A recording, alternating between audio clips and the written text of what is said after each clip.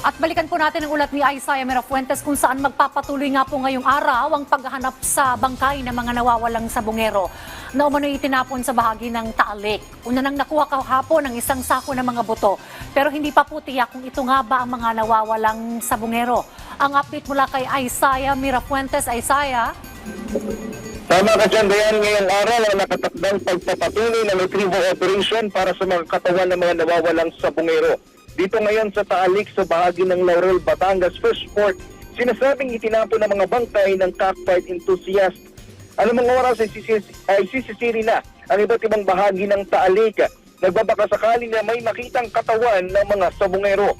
Kahapon sa ating pagbabantay, Dayan, may nakuhang pinaghihinalaang buto ng tao na nakalagay sa sako. Sa video na itinadala ng Department of Justice, tila mga sunog na buto ang laman ng sako. Pero aalamin pa kung buto nga ba ito ng mga tao at kung ito ba yung mga katawan ng mga nawawalang sabungero. Kinumpirma naman ng National Bureau of Investigation na hindi sila ang magsusuri ng mga butong nakuha kahapon. Ayon sa mensaheng ipinadala ni NBI Director Jaime Santiago sa PTV News, scene of the crime operatives o SOCO ng Region 4A ang magsusuri ng mga buto. Doon dinala kahapon ng PNP, DOJ at PCG ang mga buto na nakuha sa Taal Lake. At yan mula, balita mula dito sa Laurel, Batangas. Balik muna sa inyo, Dayan.